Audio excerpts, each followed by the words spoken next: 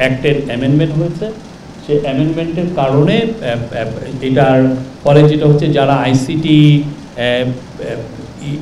মামলায়, যারা মানবতা বিরোধী মামলায় যারা অভিযুক্ত হবেন, তারা আর কোনো ইলেকশন করতে পারবেন না, অভিযুক্ত যারা হবেন। সেটা একটা আজকে ডিসিশন ছিল।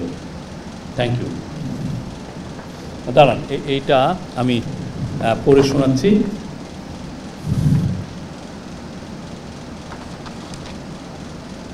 খসড়া অধ্যাদেশটির মাধ্যমে ইন্টারন্যাশনাল ক্রাইমস ট্রাইব্যুনাল অ্যাক্ট 1973 এর নতুন সেকশন 20C যুক্ত করা হয়েছে।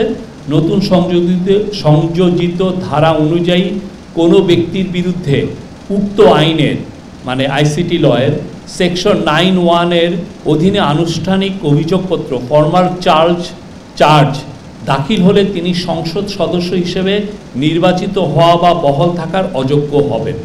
একইভাবে তিনি স্থানীয় সরকার পরিষদ বা প্রতিষ্ঠানের সদস্য, কমিশনার, চেয়ারম্যান, মেয়র বা প্রশাসক হিসাবে নির্বাচিত হওয়া বা বহাল থাকার অযোগ্য হবেন। এমনকি প্রজাতন্ত্রের চাকরিতে নিয়োগ পাওয়া বা অন্য কোনো পাবলিক অফিসে অধিষ্ঠিত হওয়ারও অযোগ্য হবেন। এই